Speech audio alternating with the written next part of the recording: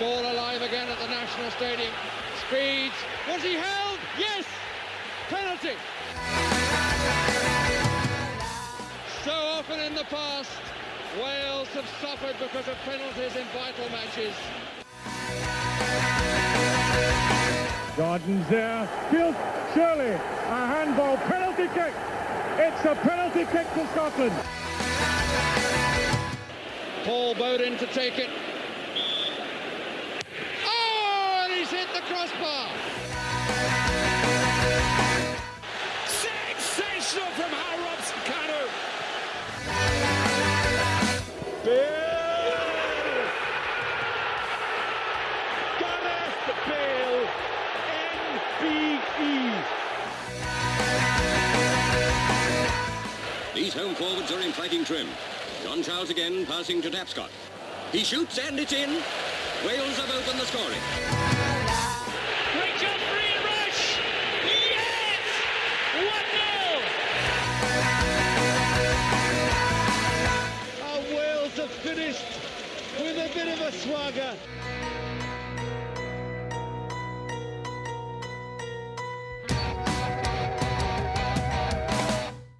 Chris, welcome, episode 193 of the podcast Pêl-droed. My name's Russell, and how are you, Leon? Not too bad, Russ. Good to speak to you. How are you? Yeah, I'm good. It's the Monday evening of the week ahead of the England game and the Belgian game. We didn't get a chance to go back over the previous window, the Kazakhstan and Canada games. I know you didn't get a chance to see it. I would have thought, yeah, a friend against Canada is probably too obscure a game to be televised in Austria. Interested in your thoughts on the Kazakhstan game. Maybe share some observations on the Canada game. Big thank you to Elias Grigoriadis, who joined us for that last episode, and he's from the Ball is Round podcast. Elias is based in Montreal, in Quebec, in Canada, and we just had a look ahead to the Canada friendly, and then we kind of explored some of the other, I don't know, random sort of Canada-Wales footballing links. Rhian Wilkinson obviously being a main one, so some interesting kind of Canadian observations on her from Elias. But yeah, before that game it was Kazakhstan, and I mean, we won, and to a certain extent that's all that matters. 3 points on the board, all those sorts of cliches, but if they'd have nicked the draw, they'd have deserved it, I thought. A little bit disappointing.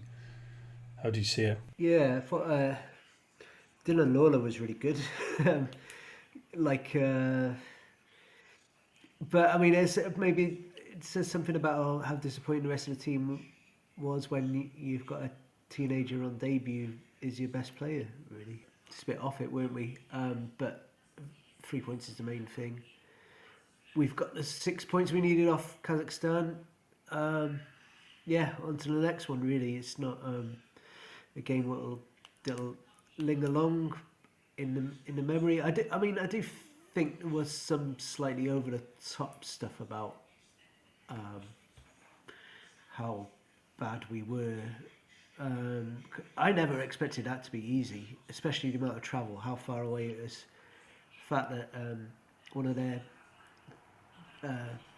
club teams just beat Celtic into the Champions League, and I just thought, I think North Macedonia won there, didn't they? But it was Bellamy said that Kazakhstan were a better team, and so it was never going to be comfortable. And so I was just relieved. Yeah, we got out there with the 3 points. Even though they hit the bar, didn't they, with virtually the last kick of the game? Yeah. Well, I think our bar was hit about 3 times over the course of the window. It was one of those ones. I think I'm glad we scored as early as we did, because if that was sort of still 0-0 on 65 minutes, I don't know whether we'd have been able to carve. We didn't carve out too many chances. As we might have been sort of pushing for a goal, we were leaky enough as it was and giving up chances. Then I think that might have been a different outcome. But yeah. I mean the Canada game. What was really interesting with Elias was he, and I agree with you. Sorry, in respect of Dylan Lawler as well. He was excellent, and he got off the mark, didn't he, with his first professional goal as well on the weekend against Orient. Goalkeeper probably should have done better, but he was really brave with his passing, and I thought He looked comfortable. He didn't look overawed at all. In contrast to his teammate Ronan Capaccio, who I thought struggled against Canada. But one of the things that Elias was saying was that obviously because they've qualified for the next World Cup as hosts or co-hosts, they don't have any qualifiers. They've got no competitive games other than a couple of sort of Central American kind of Gold Cup type tournaments and things. So they're taking these friendlies really, really seriously. Not only are they taking them seriously in terms of their personnel, tactics, intent to win, there's what he said is a chip on their shoulder, and I thought, okay, this is interesting. This suggests this could be maybe a little bit more interesting than your usual sort of friendly that we take down to Swansea sort of midweek usually is, and that's exactly how they played, and they really got stuck into us, and they were in the referee's ear. There was quite a little bit of, I thought they were a bit gobby. There was some needle in the game, which I think was great. And I think we stood up to it. I'm not saying that we were bullied or anything, but I think it might have taken us a bit by surprise. And we kind of gave as good as we got back, I thought. So I thought it was a good sort of test. I mean, obviously the result wasn't great, and I think they deserved to win. But it was interesting that, they were up for it. They'd beaten Romania 3-0 in a previous friendly, which Canada had gifted up a load of chances for Romania in that game in the highlights. So I was hoping that we'd maybe create a little bit more than we did, but yeah, just, I don't know, a bit of a lacklustre window. And I do think we'll come back to this, I do think this window is possibly, I think there's something kind of defining about it in terms of Bellamy, but we can come back to that. But Capaccio made his debut. Kai Andrews from the bench, we all now know what he looks like. Who's the other debutant? I've got it here. Oh, Joel Colville, of course. I think we'll probably come back to him as well in due course. So yeah, I mean, what did you make of it, having not watched the Canada game? Or what did you glean? I sort of expected us to lose, having come back from Kazakhstan and picked up the 3 points and done the job that we needed to do during that window. And it was going to be about sort of giving young players with only a tiny amount of experience, like Kai Andrews and Ronan Capaccio, a taste of what it's like at international level against a really good Canada team, with some really good players there who play, in some of the big leagues in Europe now, and they're just it's a strong squad from 1 to 11, and from 1 to 20 odd.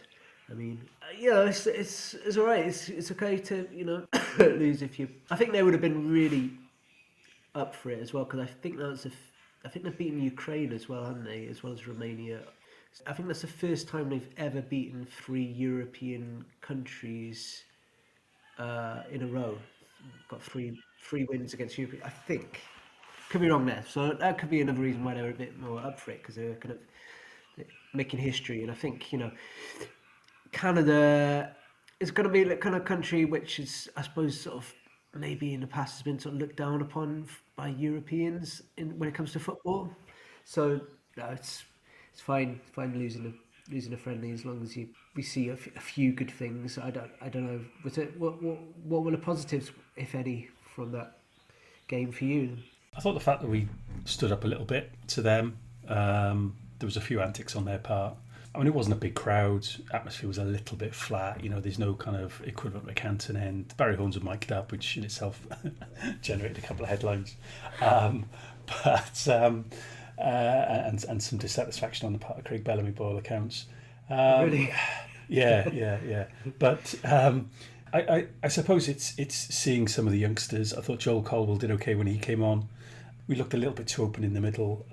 I'm not quite sure the Jordan James slightly advanced role worked. Now, I think even Rob Page was saying he'd like to see Jordan James a little bit further advanced for Wales when he first broke into the team, and I know that he'd been tried there with Birmingham. It's worth an experiment. It's worth giving that a go, but I didn't think it quite sort of paid off. Charlie Crew was very neat, very tidy. Jury's still out for me on him. I just haven't seen enough of him. Very good kind of technically. I suppose it's a question of wanting some of the players like Wilson, Brooks to really kind of stamp their authority on the game and their kind of personality on it. And we started off okay. There was a couple of chances or a couple of breaks, a couple of moves that the ball just didn't quite go to feet, or Brooks kind of was just stretching a little bit. They just lacked a little bit of accuracy. And if that had if that had come off and we'd scored early, then I think the way Canada approached the game, they'd have come out at us and maybe there'd have been more goals in it. I don't know, but I don't know. If we'd have won handsomely in the first game, I think this is possibly shared by a few other people, I'd have been like, okay, good. We've tried a few things. The 3 points was important. Fine. They're no disgrace, Canada. But overall, I just felt a bit flat after that window. One highlight was seeing Rhys Norris-Davies back in a Wales shirt. Yeah. He's had an absolute stinker of it, and that was his first game in almost 3 years. 25th of September against Poland in the Nations League was his last game, and then, as I said, on the 9th of September he comes back against Canada. So yeah, that was good, and he made his presence felt with a couple of tough challenges, as you would fully expect from him. Yeah. Adam Davies in goal, very patient. So it's a nice reward for him. Sober Thomas was all right when he comes on. But, I mean, again, that's kind of to be expected, I suppose. I like that we're picking those sorts of opponents. Good preparation maybe for a World Cup without wanting to jump too far ahead. Playing countries that aren't European, and that's always nice as well. But, really struggling now for things to say positive about it, as you can probably tell. Yeah. Right. Let's move on. Yeah. Part of me doesn't want to. Okay, it's England on Thursday. Yeah. Never nice, easy, friendly. Yeah, Bellamy today was saying if it was a boxing match, it'd be called off before it even started today, or words to that effect, or someone wrote promoters or something. I think there's an analogy in there somewhere. Even before the last window, and certainly before the Canada game, the way he was talking about these friendlies, Canada, England, again, was very much sort of saying, listen, these are big games. These are going to be really hard games. I'm there to be shot at. I don't know, almost putting some of his vulnerability out there a bit too much, I think. And then we saw last week the We Global site on Twitter, on X, saying that actually not only is it, as I said, I think there's a general consensus, as friendlies go, it's not a great one for us going into the Belgium game. We Global is sort of saying actually we risk being impacted on in terms of kind of rankings and coefficients and all the kind of maths side of these things that could affect any potential playoff. So it was like, oh geez, kick us while we're down. Really not quite sure of it, other than the fact it's a good test, they're good players, there's no travel involved, the analysis is probably relatively more straightforward. Bellamy's going to know all of the players. By the way he's sounding, he knows their players better than he knows his own players. But I don't know, I'm just so disillusioned, disappointed with how we've played England in the last few years that I just struggle to get up for it. Yeah, I've been writing an article which may or may not be published, which is sort of looking back at the history of the fixture, the 146-year history of Wales versus England. We've only beaten them 14 times in 105 games, I think it is. But it's just, the last time was in 1984, Mark Hughes' debut, of course. Looking at the fixtures since then, the only one that sort of stands out as being a really good Wales performance was 2011 at Wembley under Gary Speed, when Ernie missed that chance at the end where he should have buried it and we should have come away with a draw. That's like the only one in 41 years. Where we actually sort of took the game to them a bit, actually. So I certainly don't expect us to win or even draw on Thursday night. But if we come away with like a narrow defeat like that, where we've seen promising things, good things, created a couple of chances, that's fine going into Belgium for me. And nobody gets injured, no key players get injured, and maybe some of our younger players who haven't played against these, top Premier League and Champions League players, or Bundesliga in the case of Harry Kane players, before kind of can step up and show that they kind of can compete at that level, then that'll be alright for me. So I'd certainly take a sort of 1-0 loss, or even better a 2-1 loss, because at least then we'd have scored a goal, and we don't score very often against England. That would be nice. So yeah, I mean Bellamy. I think he's just being realistic. He said something about how the transfer value of the England squad is 1.4 billion, and for ours is about 170 million. So yeah, I mean it's like he is being realistic there. I don't really have a problem with him kind of coming out and saying that, but hopefully, I don't know. I just felt like in the last window. You're saying you felt a bit flat. I felt like Bellamy was a little bit flat compared to what we've seen from him before. And I hope at least, I haven't watched his press conference yet or seen any of his press stuff from the last few days, but like playing England at Wembley before like a huge World Cup qualifier in Cardiff at home to Belgium, we'll see a less flat Bellamy at least, and he'll be up for it. You'd think he would be. Yeah, you'd hope so. I mean, it wasn't that long ago he was being criticised and with allegations of bullying and being quite overbearing of players, and some of those tended to be English, and it was their Englishness apparently that was the butt of his attentions, or the focus of his attentions. I mean, they pumped Serbia 5-0 away in their last game. Yeah. If we got away with a 1-0 win in Serbia, we'd take it all day long. So I mean, yeah, they're a really, really good team. Goals all over the park. I think it's as much a test of character as it is against ability, and maybe every game is. Maybe that's a bit of a cliche, but only in the sense that I sometimes wonder we just look a little bit overwrought when we play them. 2011 was the exception. 2016 maybe to a certain extent. The fact that we kind of nicked that goal just before half-time sort of helped. But even in the second half, we just kind of sank back and got deeper and deeper and deeper, and that kind of siege mentality, let's just see if we can see this through. And I do sometimes wonder whether some of these young players, particularly those who've grown up in England, who played English clubs, maybe are coming through having looked at some of those England players as the top class the top pros at their clubs as they're coming through the age grade. I just wonder whether we just get a little bit overawed by their reputation rather than it's just another 11 players. So I don't know whether there's something there in terms of the messaging and the psychology that he's got to get across.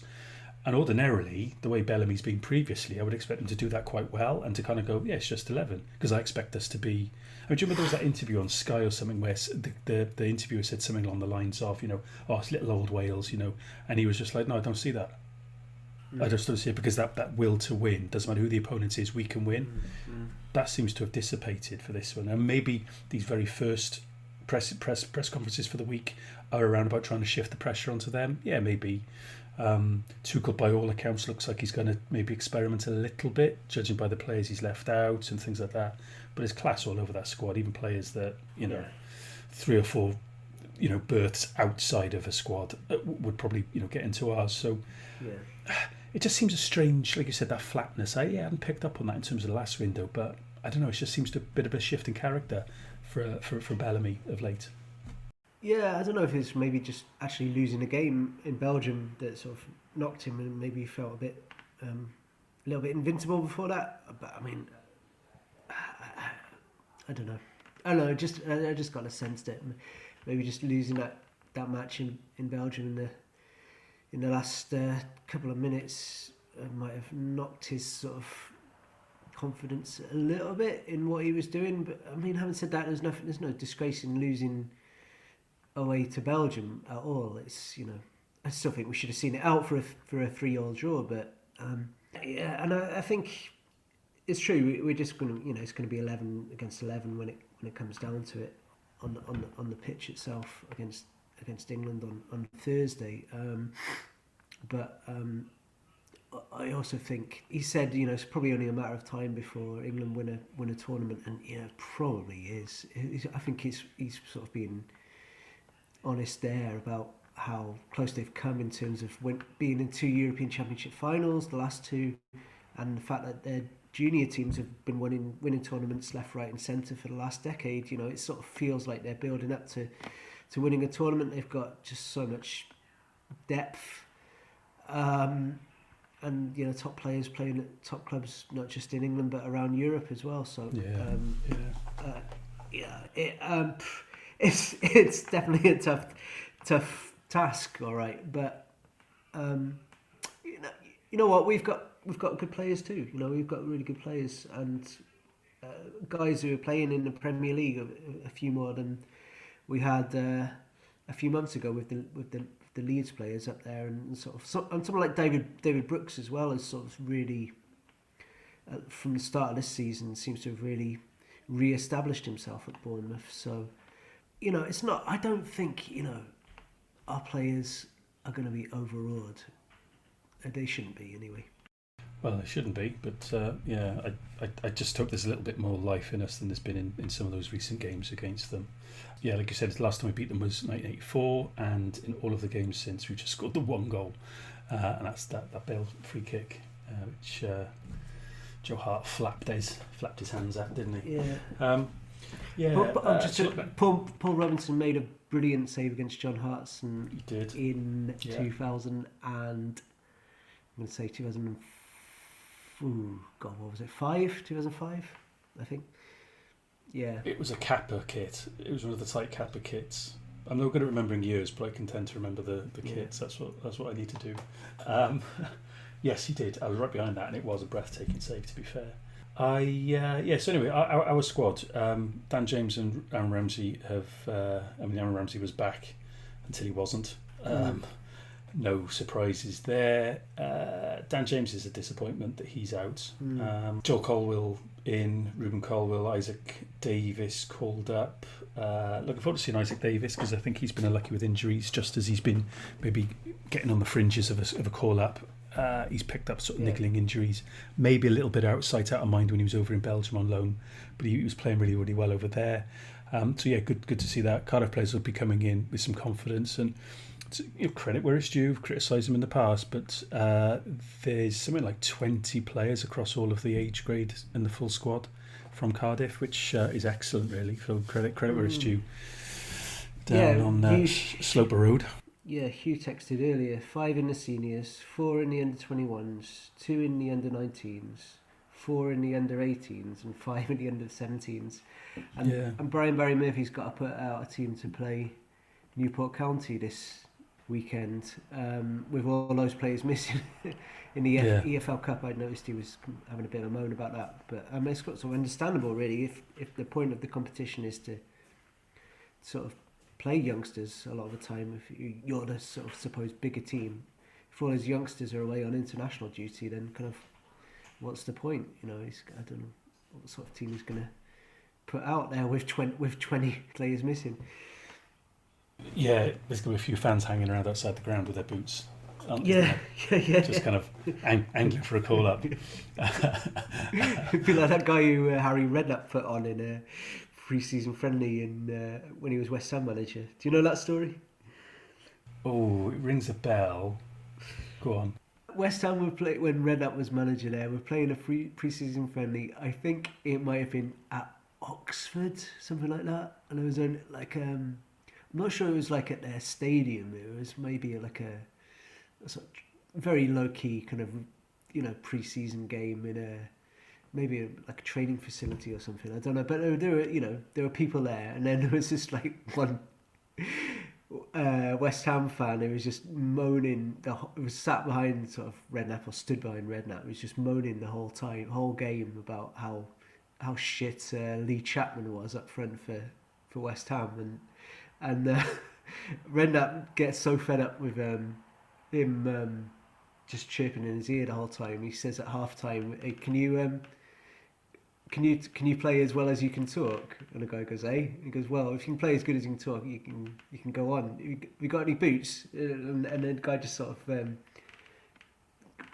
takes a shirt and plays a half for West Ham in a pre-season friendly, and he scores a goal.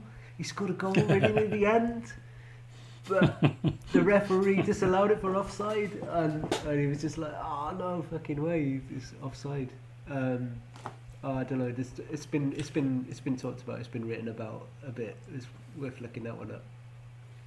It does sound like a Harry Redknapp story. Actually. It sounds like the sort of thing he would do. And Lee Chapman was a bit of a donkey by the time he did get to West Ham. But anyway, Yeah. Well, I think Redknapp's line was, "To be fair, he was better than Chapman." Yeah. I suppose it's going to be. I mean, like given all of the other. I mean, that's 20 just in the Wales squad alone. I don't know. It's Callum Robinson with the Irish and. I think they've got a guy for Australia. I think they've got an Australian in the squad. Something like that. Nathan Trott, I think, is Bermudan in goal. I don't know if they've got a game, but yeah, that's that's unfortunate. It was interesting that Colwell finally gets picked for a squad, but it's not. It's not. I say finally. That's unfair, but Colwell gets picked, given that there's been one overlooked recently. But it's the wrong one, as it were. But I know Ruben has got called up, and he played a key role in the winning goal for Cardiff against Orient. But he's still, well, by all accounts, still not doing quite what he needs to be doing in the eyes of Bellamy and his squad of coaches, his roster of coaches. So I don't know. I mean, Colwell came on and played against England in the World Cup, so. He has got experience of facing them, at the very least. There's not a huge number of others, perhaps. I don't know. It's a funny one, really. He's kind of damned if he does, damned if he doesn't. But we've spoken enough about him. But Joel Colwell seems to be the one who's really, really making a consistent impression and just keeps getting better and better and better by all accounts. That's great because he plays a bit deeper, doesn't he? And we definitely need more players there. I mean, if looking at it. I mean, we've got Ethan Ampadu back, which is fantastic for this one. For these, I haven't seen this one. These 2 games, and Jordan James is starting games regularly for Leicester, and has been in brilliant form in the last week, scoring against Wrexham and Swansea, 2 Welsh clubs, and that's brilliant. That those 2 should go into this window with form and fitness and confidence, But below that, it's kind of worrying, isn't it? Because Josh Sheehan is a guy in his 30s who now can't get games at Bolton, it seems, and he's never played a game above 3rd division level club game. So and yet he keeps making squads because we haven't really got anyone else. I mean, Ollie Cooper's. Bellamy, you'd sort of feel like Bellamy earmarked him to play there, and he's fallen out of favour at Swansea and gone on loan to Wigan, I think, who aren't having a great time of things, 3rd division as well. So Joe Colwell, as a player who's playing regularly at Cardiff, who are 3rd in the 3rd division, at least he's sort of earned his spot really, and. I know Kai Andrews came on at the weekend for Coventry at top of the table. That's good at least, but there's not too many options there really, and behind Jordan James and Ethan Ampadu, there's not a lot there. There's a great picture I've been doing around. So it was an interview with the Colwell brothers in the Guardian, I want to say, and there's that picture that's done the rounds. They included it of the brothers at a Cardiff City game. They're at Wembley. As young Cardiff City fans, bad crests kind of stenciled on their cheeks and stuff. I mean, they're maybe 10 or 11, something like that. I mean, they're real nippers, and it'd be nice. Here's one for you. I mean, probably the first brothers, if they do step on the field at the same time since the Old Church brothers. Ooh. I mean, at the same time in the same fixture. I can't think of any others. Blimey. Well, the Charles brothers at the same time as the Old Church. Charles brothers were around, yeah. But Ivor and Len went on a little bit longer than them in terms of Wales games. Interesting. Yeah. No, I can't think of another one. Put me on the spot there, but yes, going back to. Yeah, I think so. Yeah. Both, and in that article, they're both being very. They're both being very complimentary about Brian Barry Murphy, and.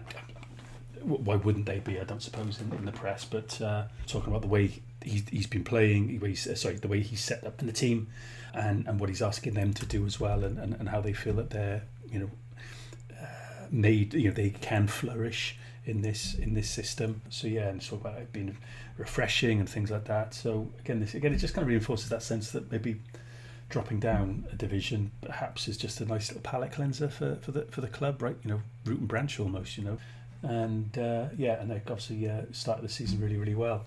Ben Davies could hit 100 caps if he played in both games. Wow. Yeah, because he's on 98, and assuming obviously will probably be captain as well. But a player like that, if he plays in both games, how do you think we need to approach this? Is it put a strong 11 out to begin with, and then maybe make the changes? A second string altogether, I think, just risks being absolutely walloped. Yeah, and can affect morale. But what's the point of keeping players fresh if morale gets an absolute tank in? So how do you think he's gonna go with this one? I don't see that he has that many options other than to go pretty strong actually against England in terms of, does he want to play a team of young third division players against one of the top teams in the world and kind of risk absolutely damaging confidence and morale ahead of this huge game against Belgium on Monday? But so goalkeepers, go with your best goalkeeper, and that's not a problem in terms of fitness and all that kind of stuff. So that should be Darlow. I think like with Connor Roberts out, I'd be interested to see Jay Da Silva play, which may be Nico Williams coming over to play on the right and Jay Da Silva playing on the left. He's been playing every game for Coventry. They're top of the table. They've been keeping clean sheets. They've been scoring loads of goals. I've got a Coventry supporting mate here who is really excited about them this season and thinks they are actually ready to go up to the Premier League. And he's kind of been a bit, when they've been up there in the past few seasons, he's been a bit sort of cautious. He's like, I don't think we're ready for the Premier League. We're not good enough. But now he's sort of like, I think we could sort of give it a go actually. So I'll be really excited to see him. He should be, top of the table. He should be going to playing at Wembley, feeling good about himself. Nico won't be overawed at all.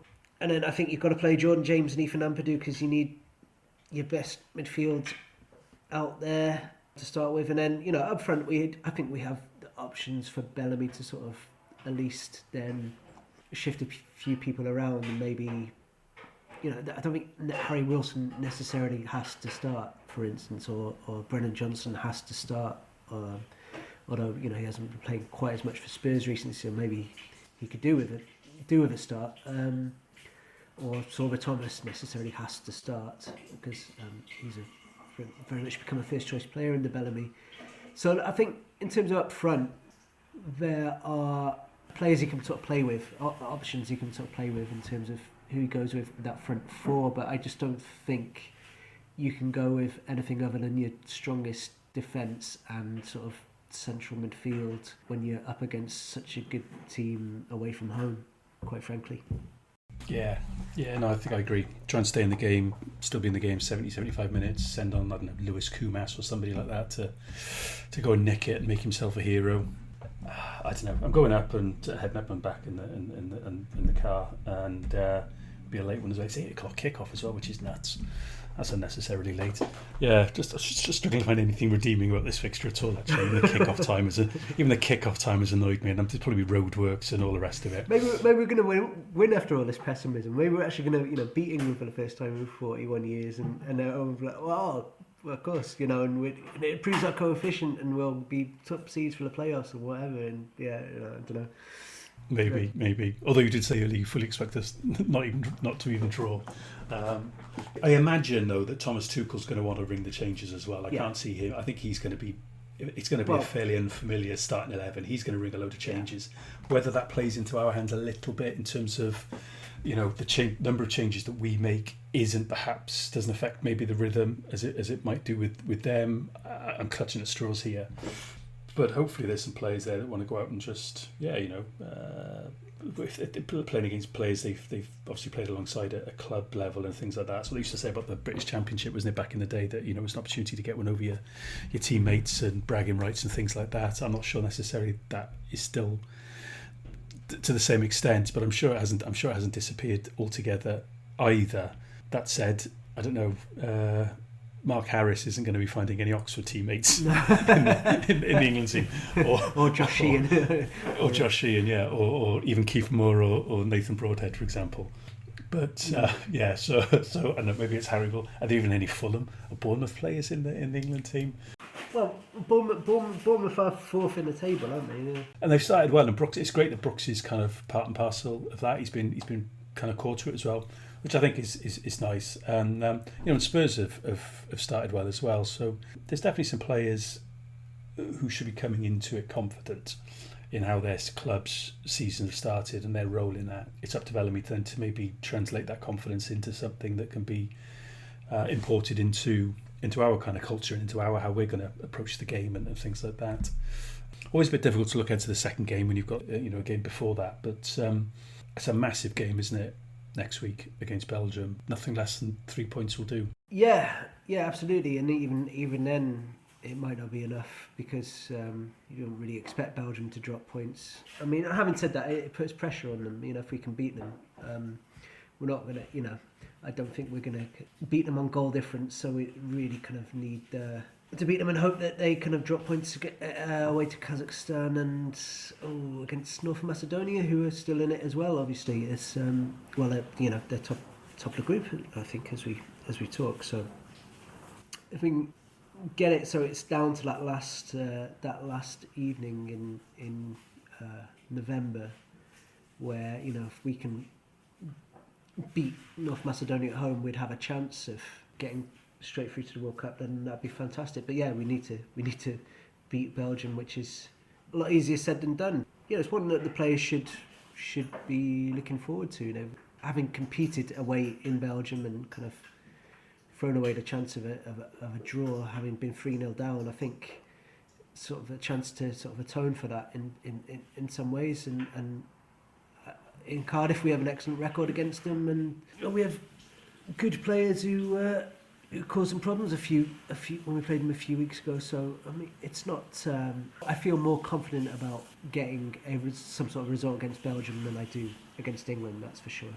Yes, no, I'm inclined to agree. I've just dug out. You mentioned that 2011 game, the one in the Gary Speed, where Darcy Blake started. Do you remember? Kept Wayne Rooney quiet. Aaron Ramsey was captain for us and had a really good game. Can you be able to name that starting 11 that night? Or the bulk of it? There's a couple little surprises in there, maybe. Was it Hennessy or Myhill in goal? It was Hennessy.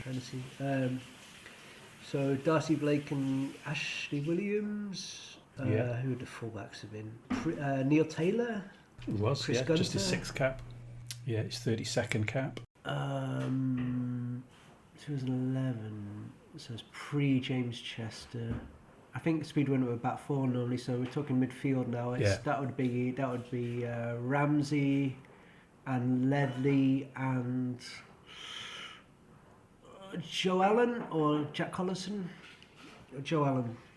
Or it was Jack Collison, actually. Right. Well done. Right. Yeah, just his 10th cap. He had a great game that night. He was substitute for Andy King. Yeah, he did have a great game. He had a really good game. Yeah, you got two more to pick. Well, Bale. Yeah. Brilliant. Absolutely brilliant second half. And Bellamy was suspended, so I read that on the BBC the other day. So, was it Steve Morrison? It was. Yeah. Oh, he's done very well there. Yeah. It's a pretty strong lineup, actually, yeah. Yeah, England lineup was Joe Hart, Ashley Cole, Gary Barry, John Terry, captain, Gary Cahill, Chris Smalling, Lampard, Rooney, Ashley Young was scored, James Milner. So it's quintessentially that Capello generation. But every bit as stellar, I suppose, as they are these days. 14 years ago, crikey Moses. Takes you back. Okay, can I press you for a prediction for the England game then? Alright, I will say we will lose 3-1. Got a goal. It would be nice to score. It would be nice to score. I will say... I was going to say that. I'll be a bit more optimistic then. I'll try and finish. I'll say we'll lose 2-1. There we go. So yeah, thank you. Belgium? And, Belgium. I think so much depends on how it goes. Yeah. You can't complain about the preparation. He's got a lot of opportunity here, very, very limited travel. So I think it has to be a win. I fear it might just be a draw. I think this is the thing I was saying a bit earlier. I think it's not going to define his reign, because we don't know how long that's going to go on for, or how long, and what he's going to achieve in that. But in terms of the kind of like that first, 18 months, give or take, I think this defines. I think this is a defining window. The honeymoon period is well and truly over. As you say, he's been a little bit flatter in the way he's been talking, where he's really effusive and bullish to begin with. That Bellamy that we all kind of recognised, albeit he's kind of tempered down the temper a little bit. I think it kind of begins to define, because if I think he comes under a little bit of pressure if this is 2 defeats in this window, or we struggle to score, or we just they're going to get chances, both teams. But they're going to put more of them away than Kazakhstan or Canada did. So there's something here. I think pressure could really ratchet up after this, not least in terms of the effect it has on the group, but also in terms of maybe him and his, I'm not sure his belief, but how this is going as a project. I think we enter a new era on the day after Belgium, and it's going to be positive, or it's going to start getting really, really cloudy and a little bit gloomy again, I think, which I don't think anybody necessarily saw coming with him, the way he started and the way he was going, but it seems to have arrived a little bit quicker than maybe people were expecting, and I think probably Bellamy himself. We haven't dropped unexpected points in the last window or anything, because we did beat Kazakhstan, so it's not, I don't think we should be painting such a gloomy picture here, especially and even if we lose to Belgium, we're absolutely, not absolutely, but we're virtually guaranteed a place in the playoffs. So there's still a chance to get to the World Cup. So we need to sort of snap out of it very quickly and think, well, okay, we've got games against Liechtenstein, against North Macedonia to come, and this is the start of kind of building then towards the playoffs and this second bite of the cherry that we've got to get to the World Cup. So that's the way it needs to be looked at. Even if we lose, there can't be too much gloom, because it's not gonna serve as well for attempting to get to the World Cup, which we still have a good chance of doing. So if we lose both games, you'll have a record of just won 6 out of 14, with not many signature results in there either. There's some workmanlike performances, there's some regulation wins, no more than that. There's a sense that maybe got a little bit lucky out in Montenegro, scoring twice so early on, and then dealing with those monsoon conditions. And there's been some good results. The Turkey draw in his opening game was deep, or both draws against Turkey were decent. So I just think maybe the lid will have been put on that kind of that opening, the opening part of his reign. And I think historians will kind of look back, the way we've done it with the likes of Hughes. At the time it feels like this, and I just wonder whether looking back it'll go, actually a lid is put on those first few months, and actually it was capped off with 2, hopefully not, but 2 rather limp performances against opposition that, if we have any aspirations to be much more competitive on the world stage and to continue qualifying for tournaments, should be at least competing with. And I think that's the thing, isn't it? Go toe to toe and we lose, to 2 late goals against England. Okay, fine, but we've gone at them and we've given them a game. I'd be happy with that, actually. I don't know. We'll see. But hopefully it'll be a bit more positive. We got away with it in Macedonia. You can't be too much into your Liechtensteins and the rest of it either. So going back to March for something that actually, I don't know, excited me and enthused me a little bit, if I'm absolutely honest. Coming back against Belgium, but how the hell were we 3-0 down in the first place? So there's some positive. Hugh has talked about that, saying about it's about the best he's ever felt in a stadium was getting back to 3-0 in that game. Yeah, great, and then still lost, but. Yeah, okay. I'd actually briefly talked myself into some positivity, but I've now talked myself out of it again, so there we go. Yeah. So do you think we'll lose to Belgium then? Well, I hope not, but I don't know. I think he needs to pull someone out of the bag. I'm not sure I've seen enough in the last few games to suggest that we can beat them. Maybe that last camp, there was an awful lot that he was trying. I think it's great he's got Ampadu back, because he's not had a huge amount of time with him, and he's so important to us, and he gives us those legs and that athleticism, just that presence in midfield. I think that's really, really important, and I hope he has a really big game against England as well, given he was at Chelsea, and he spent time with England as a kid and all that kind of stuff, and had all those loan spells, and we were worshipping him, and the number of English football fans I knew kind of like go, yeah, he's promising, but we've got like 3 dozen like him, we were investing so much into it. I hope he has like a real kind of not career defining, that would be unfair. He's a huge number of big games for us, but that's the sort of game, given the opposition, the press, what the fans would they go, oh yeah, no, he can play. Kind of, I don't know, dare I say, show them a little bit what they're missing. Maybe that would be good. So more about, like I said, maybe more about some of those individual performances would be good. Brooks, Wilson really taking the game to them. Like I said, those games where they really stamp their personality on things. Didn't see enough of that last window, I don't think. No. Yeah, fair enough. No, I think Ethan Ampadu, yeah, we should maybe mention this a bit more, but him being back is huge, and I think he does. Quite frankly, like against Belgium, he needs to have a big game for us to win that, and I think John James alongside him needs to have a big game as well.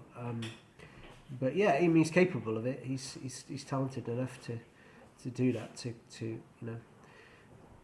because he didn't. Him and John James were both a bit off it, I felt, in Belgium, and it was our defence was a bit off it as well. It was just like the brilliance of Harry Wilson, Sorba Thomas and Brennan Johnson that got us back to 3-3.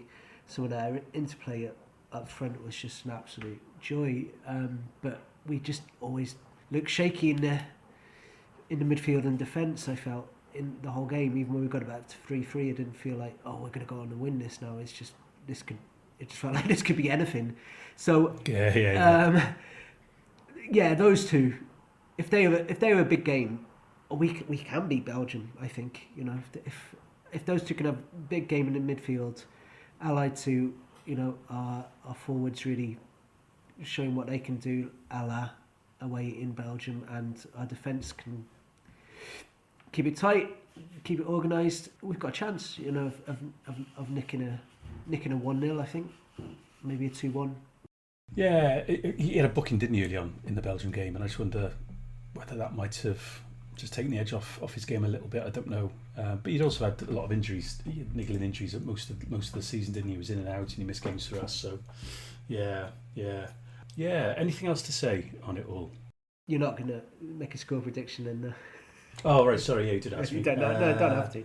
Yeah, no. I think it'll be sort of like, I don't know, 1-1, 2-1, something like that. Right. Yeah. I just think we're giving up a few too many chances, and these two teams have got the quality and the firepower to hurt us. But there are some things going in our favour, not least what you've just mentioned there. So we're going to need to be defensively on it, I think, and I just think that those two sitting midfielders who've got legs, they've got mobility, they've got a little bit of dog in them as well. I think that's him and James are really, really important. So I don't want to see James further advanced, not for these games. Maybe that's a project to return to after this window. Let's put them back to where we know they can play, where they have played and performed for us really, really well against some big opposition as well. Because England in particular are so athletic in the middle of the park. I mean, these are players you'd expect to be like 400-metre runners and just incredibly athletic. And that's what we're gonna. I think sometimes we struggle with when you've got your Sheehan's and maybe Charlie Crew, for example, in that last game. Those sorts of players, I think, can get dominated a little bit physically. But those two, they can go toe to toe with that, I think. So yeah. Unless there is anything else, you've managed to squeeze a prediction out of me. It was like Jeremy Paxman and Michael Howard on Newsnight. Although you didn't ask me quite as many times as Paxman did. Give a prediction, Russ. So yeah, and will you be watching the games or trying to watch the games? Yeah, I think I have a German class on Thursday, and I'll go and watch in the pub after that. And okay. I don't know about Monday yet, because that's usually the quiz night at my local Irish pub. So I don't know if they'll be actually showing the game, but we'll see. I'll figure something out. Well, Dankeschön then. That's sadly not a huge amount of German, I'm afraid. That's about the limit of it. Enjoy the games. Safe travel for everybody who's going up to London and back. And we'll do this again soon, I'm sure. Cheers, Leon. Cheers, Nostar.